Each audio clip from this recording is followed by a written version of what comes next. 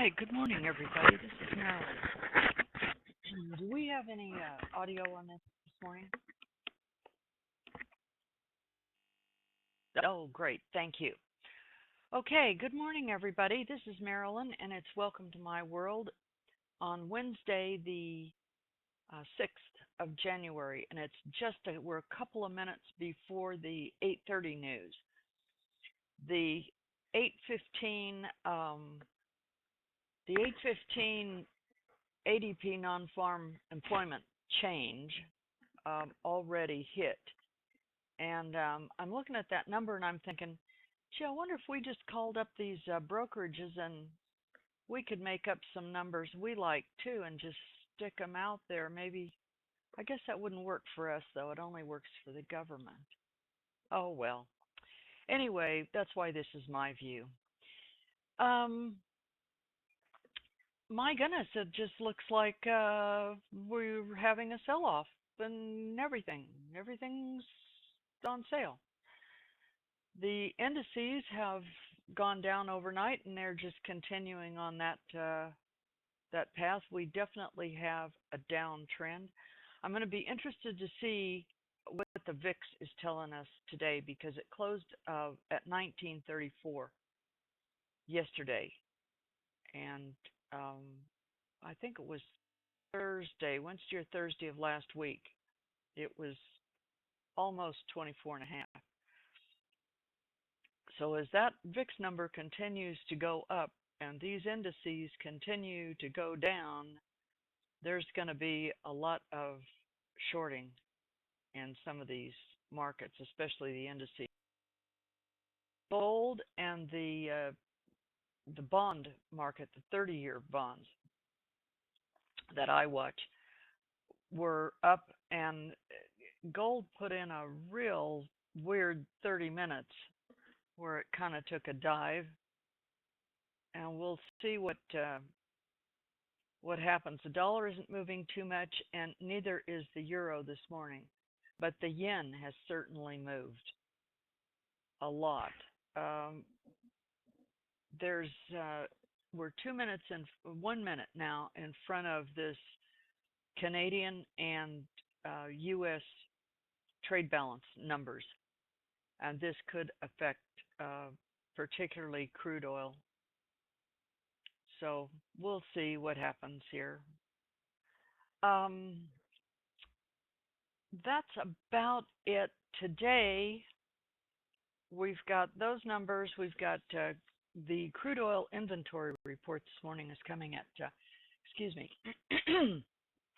it's coming at 10:30. And Larry's telling me that he's got the VIX at 40 this morning. So needless to say, if anybody wants dancing on the table lessons, Larry will start those soon, I'm sure. Really, really, really. So this inventory this is going to be pretty interesting today, and we may get some big time movement. Oh, you're just joking. Okay, Larry. Ho, ho, ho. Anyway, this inventory report, we may get some movement. Uh, last Wednesday, it wasn't too much movement, but today could be a little bit different. So be very respectful of 10:30 if you're trading crude oil or the Canadian dollar. Let's see, these numbers are out right now, and I'll take a look. They're supposed to be. Hello?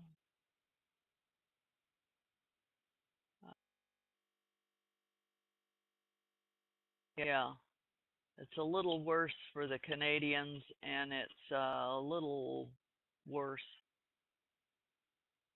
Not as worse as they thought for U.S.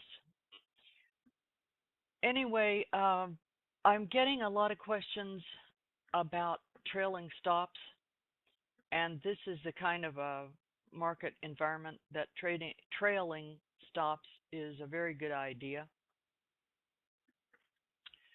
because these are good trends and they seem to be serious with this.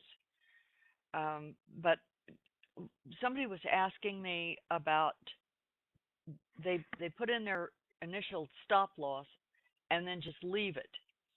And I know Daryl recommends he trades a lot by trailing, and he recommends people trail with the MVP predictor, which is a little triangle uh, line that if you've got the MVP on your chart. That's not a personal favorite of mine. I've tried that in a real strong moving market. It's really good. But the problem for me is sometimes that stop is way far away, and I'm not real comfortable with how far away that thing is, just in case something happens and it reverses against me. So there are people who are using the lorry system where you take two contracts and drop one off at 5 or 10 contracts and leave a runner on to go to 15, maybe 20. When you have that kind of a strategy, my personal opinion is that the name of the game with stop losses is to get that stop loss safely to break even as soon as you can. So when your first contract comes off, you might drop your stop loss down a little bit, maybe not all the way to break even, because you have to give it room, but you sure don't want to turn a winning trade into a losing trade because you didn't manage that stop loss. And once that you're sure that you've got the direction and the space, then move it down to, I try to move mine first to break even, and then I will move my stop to 2 ticks in my favor. And the reason for that is it pays for the trade.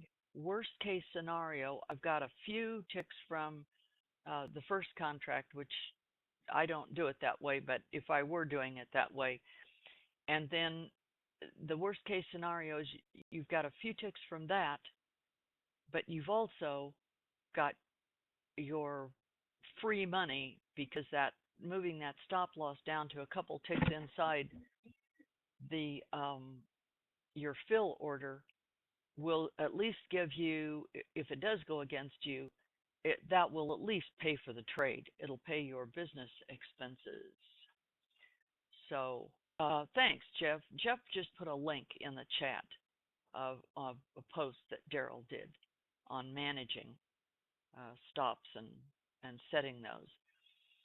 So it's kind of like, what strategy are you going to use to trade?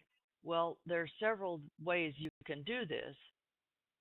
It's a matter of finding what's comfortable for you and what's easy for you to understand and see, and remember the rules, because you cannot start trying to trade Lori C's strategy off of this sharpshooter chart. It doesn't work that way.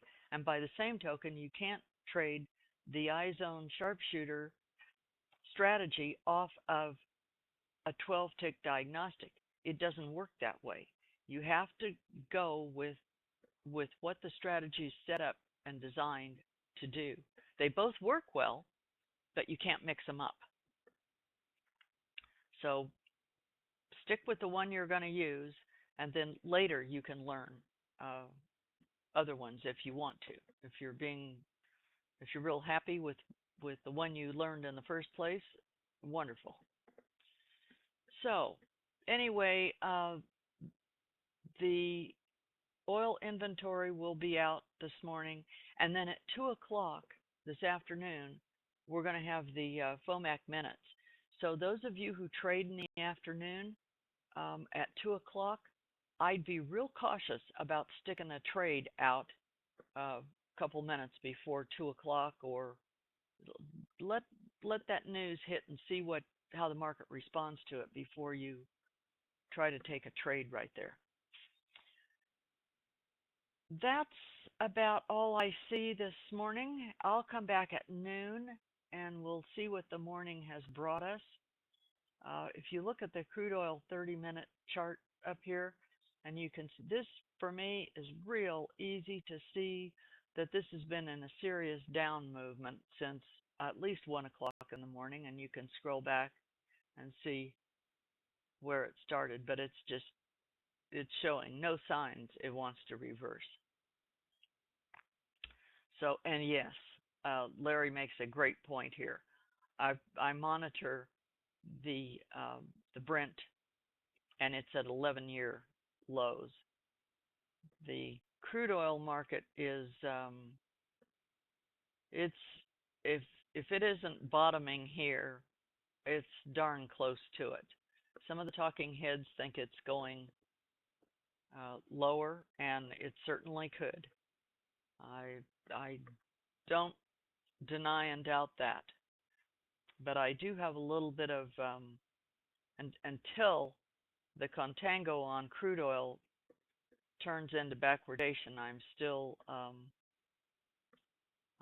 thinking that it may hang right around in here in the 30-35s for a bit. So time will tell. Nobody ever knows. Anybody that tells you they know what the market's going to do is,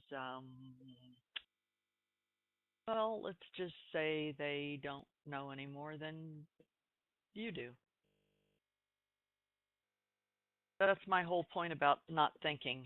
Don't think, just trade what you see. What's in front of you, learn to take advantage of it. That's the best way. So I'll come back at noon, and we'll see what the morning has brought us. This has been my view from my world in Apex land, brought to you by Apex Investing. See you about noon.